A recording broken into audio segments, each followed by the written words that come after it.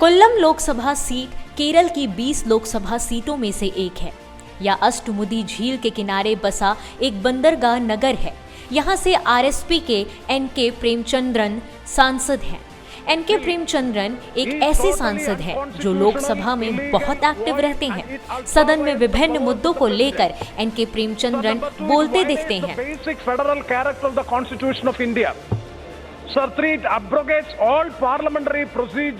N K Premachandran Lok Sabha में ऐसे सांसद हैं जो अलग अलग विषयों पर अपनी बात दमदारी से रखते नजर आते हैं।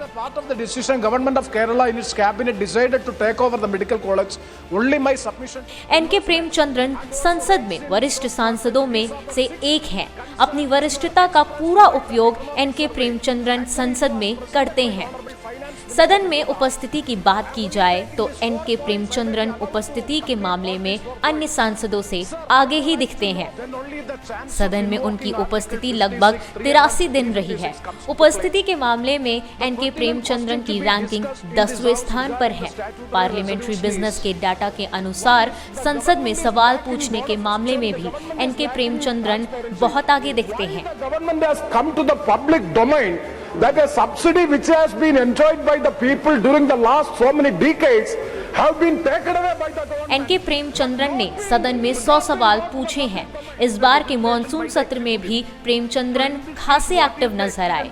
सवाल पूछने में एनके प्रेमचंद्रन की रैंकिंग 56वें स्थान पर है। लोकसभा में डिबेट्स में भाग लेने की बात हो तो एनके प्रेमचंद्रन अन्य सांसदों से काफी आगे नजर आते हैं। एनके प्रेमचंद्रन ने लोकसभा में लगभग 112 डिबेट्स में भाग लिया। डिबेट्स में भाग लेने के मामले में उनकी रैंकिंग दूसरे स्थान पर है। अक्सर संसद में देखा गया है कि संविधान के अनुसार सांसदों को जितने अधिकार मिले हैं, सांसद उतने अधिकारों का कम ही प्रयोग करते हैं। सांसदों को एक विशेष अधिकार अपनी बात कहने के लिए मिला है और वो है प्राइवेट मेंबर बिल का, जिसे कम ही सांसद प्रयोग में लेते हैं। लेकिन एनके प्रेमचंद्रन इस मामले में अन्य सांसदों से बहुत आगे दिखाई देते हैं। एनके प्रेमचंद्रन ने लोकसभा में सबसे ज्यादा 7 प्राइवेट मेंबर बिल पेश किए हैं। प्राइवेट मेंबर बिल पेश करने के मामले में एनके प्रेमचंद्रन की रैंकिंग पहले स्थान पर है। वहीं अगर बात करें एमपी लैंड फंड की तो इसमें जरूर एनके प्रेमचंद्रन थोड़े पीछे नजर आते हैं। अभी तक एनके प्रेमचंद्रन की ओर से एमपी लैंड खर्च नहीं किया गया है। वहीं अगर बात करें एनके प्रेमचंद्रन के निजी व राजनीतिक जीवन की तो एनके प्रेमचंद्रन का जन्म 25 मई 1960 को केरल में हुआ था। एनके प्रेमचंद्रन चौथी बार सांसद बने हैं। एनके प्रेमचंद्रन ने बीएससी और एलएलबी तक शिक्षा प्राप्त की है। इस सीट पर कांग्रेस और सीपीआई के अलावा आरएसपी का भी असर दिखाई देता है।